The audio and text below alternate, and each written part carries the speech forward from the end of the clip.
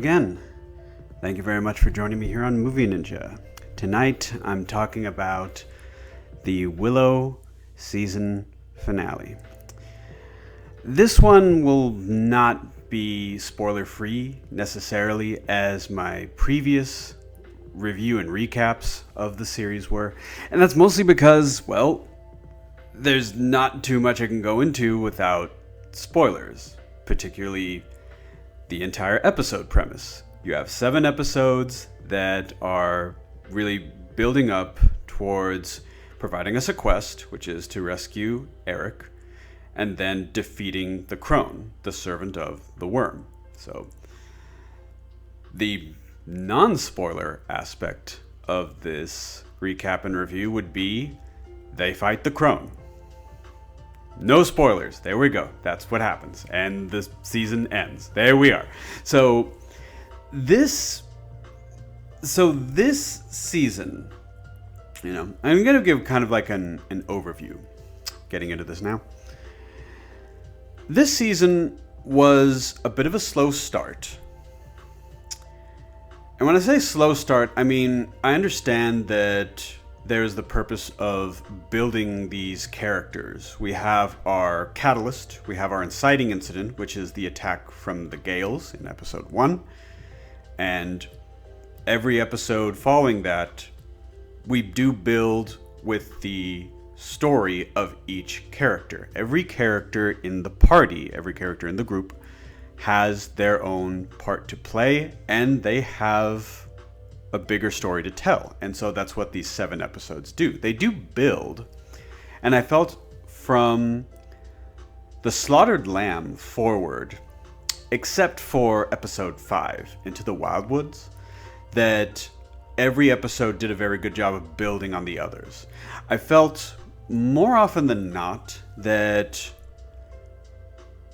there was some disruption somehow in the general flow of the way that just the script felt at times.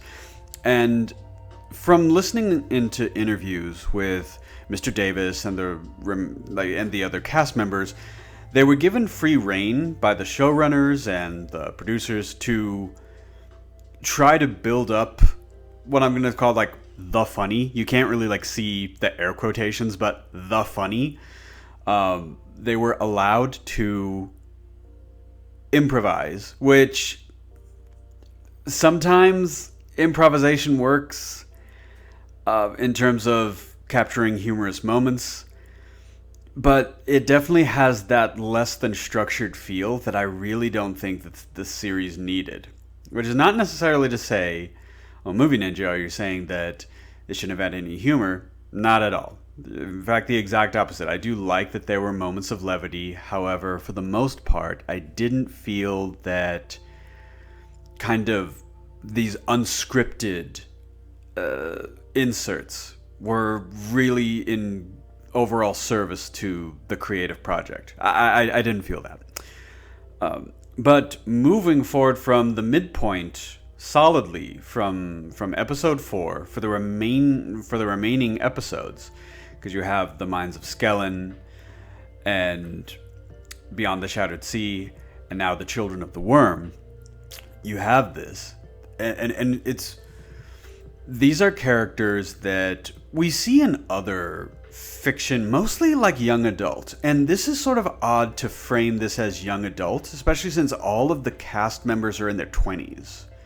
I think Borman, the actor Amar, I think he's in late 30s, early 40s, something like that. And of course, Warwick, of course, I believe he's currently in his 50s, I believe. But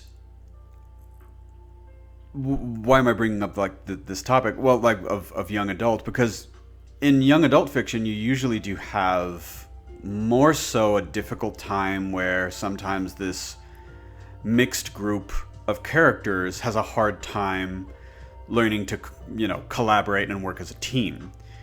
I mean, that's what you expect of younger, like teenagers or younger, and it really did feel like there was until they really had structure with finalized scripts, I don't know, it felt like the cast was going for a much younger vibe to it. Like, I understand the royals have always had this sheltered existence, and so they were kind of just used to being pampered and served and like that. But it wasn't up until Beyond the Shattered Sea that you could really start to feel, okay, this is a team that is going to win the day.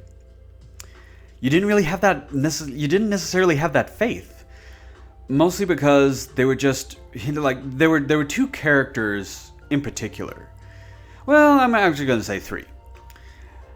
There was Elora, who is just a starry-eyed, love-struck young woman, and that was kind of like her thing. And she was the special that didn't believe that she was special. Have never heard of that before. Now, granted that her story is actually it places her destiny as rather overwhelming. So I kind of get that. And I do understand how it was sort of like a slow cognizance, like, of that. And to finally come around to that understanding for that character is good. Overall, is good. Graydon, very, very, very, very, very mopey, very sad. You heard me say in my review of Beyond the Shattered Sea, I'm glad that he finally outgrew that. Now, he was also burdened by past trauma and just general, like, uncertainty, but I felt like, once again, the improv, because you could feel that Tony was going for these sort of, like, silly, sort of, like, kind of like, oh, I'm the awkward nerd of the group sort of like thing, and he's going a little bit too hard. And when he grew out of that, then you felt like, oh, okay, yes, this is someone that is going to contribute.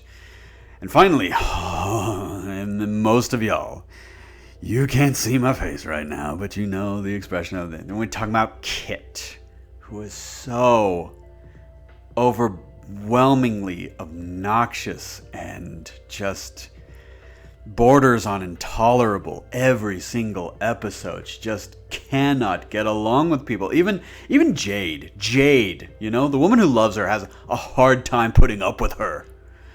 And there were a few times during the season run where like, Jade, like, why do I even bother with you? And I would ask myself, yes, Jade, think seriously on this question. Why are you even bothering? You deserve better. Jeez. But Kit, finally, in the last 3 episodes of the season,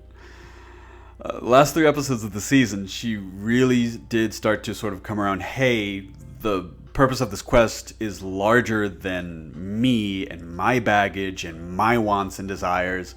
I mean, she wants to save her brother. So on paper, hey, it's very noble. But she also expects to be catered to and for everybody to treat her as extra special because she's the princess, and not open to any constructive criticism at all.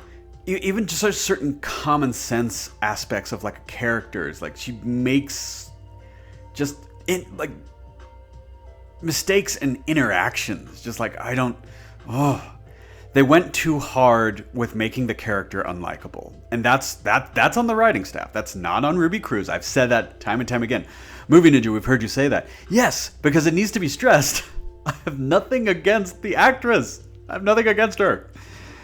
This is more just like they went far, far too hard to build up her character arc, which she became more tolerable from the mid-season point. And she finally becomes the hero that she needed to be for this show at the very end, at the 11th hour. Thankfully, she's able to cooperate. So, well, I guess that is a bit more of a season overview and a bit of a non-spoiler than I was expecting. So, go figure. Sometimes you surprise yourself, So, our party is now at the Immemorial City, and they are met by Eric.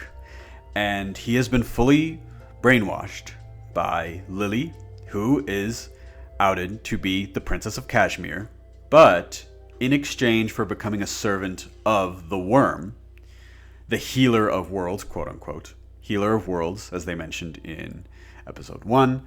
She was granted great power, and she has been waiting in the immemorial city for the right people, not only to free herself, but to also enact a larger plan of destruction by the Wyrm, who travels from world to world. So we have this magnificent climactic episode, and an overwhelming majority of it is the Battle of the Crone. Essentially, that's what I call it, the Battle of the Crone. And our heroes unite. Everyone brings their skills to bear. You know, our fighters fight the Gales and they fight the undead. Willow saves the group from a grand illusory spell, an enchantment to try and ensnare, you know, the twins as well as Elora Danan. Even beyond Elora Danan being possibly destroyed as a possible obstacle, we also learned that there's a larger part that she could play, and so the Crone was hoping to, you know, bring her into the fold in some abominable plan that the Wyrm has. That we kind of get a glimpse of at the very end of the episode.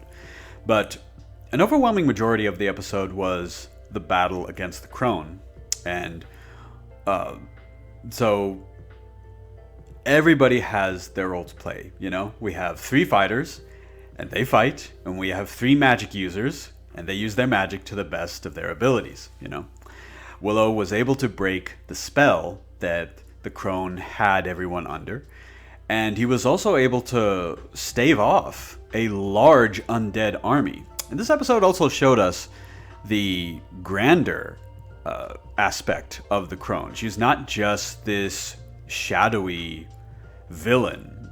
She is someone who, like, the power that she was granted by the Wyrm is very impressive, because she was able to animate what appeared to be the entire deceased remnants of the immemorial city and turn them into an army that Willow has to face on his own. Unfortunately, as he is very quickly made one of 2 magic users. Unfortunately, Graydon, while showing an admirable effort against the Crone, was unfortunately struck down. But this was also the catalyst for Elora Danan unleashing her full power. Well, at least her power to a greater extent. I feel like we're definitely going to see more of that power later on as seasons. You know, once again, you guys can't see me, but fingers crossed. I enjoyed the show. Like, even in its rockier moments, I enjoyed the show, and I've been recommending it to people, you know? Because every single episode, I think one of their really good creative choices that they had episode per episode was that they ended on a cliffhanger. Every single episode, and that definitely helped to keep me engaged, even if I was a little bit shaky about, like, certain creative decisions during the episode, you know, whether they be production or editing or soundtrack, you know, what have you. The cliffhangers really just, like, kept me engaged, and, like, it really was like, okay, I want to know what happens, like, next week. Okay, what's going to happen here? At the very end of the episode, we also see that we are, because we've been reading out of a book. So every episode begins with an opener from the Book of Willow. And so at the very end, we have a possible 3, like we have just closed volume 1 of a 3-volume series. An implication that hopefully Disney Suits will greenlight at least 3 seasons. I think if they measure things out well, if they just play things straightforward and don't try to lean on nostalgia and, yeah, you know, like, add some jokes, get some humor, things like that, but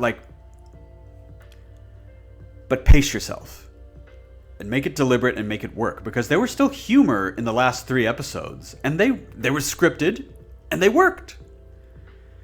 And you definitely have that different feel, that different sort of, like, cadence. Anybody who's ever been in theater, and when you do these improvisation exercises and things. They're usually done to comedic effect. Usually, not always. But they definitely have a very stilted, sort of clunky feel to them. And so, like, there were those times where you could tell, okay, they're just improvising because they're trying to be funny, and it just didn't work. I think, at least, please give us a season 2, you know? I say into the void because no Disney executive is gonna listen to this. But I enjoyed this. I enjoyed the show. I enjoyed this season. As I mentioned, I've been recommending it to people, and even warts and all, I think it's still better than what people are labeling it as. But you have a lot of bad faith, reviewers out there that are just saying the absolute worst that they can for extremely petty or extremely prejudiced and biased reasons. But yeah, this is a good adventure series, and I hope to see more in the future. Thank you very much for joining me here on Movie Ninja for my recap and review of the Willow Season 1. As I mentioned on my community tab, I'm going to be trying to do a few more of these audio-only reviews in an attempt to try and just get a little bit more content out to you guys. I know things have been stunted for this month, but hopefully more is going to be coming down the line. But thank you very much, as always, for joining me here on Movie Ninja, and I hope you have a great rest of your day.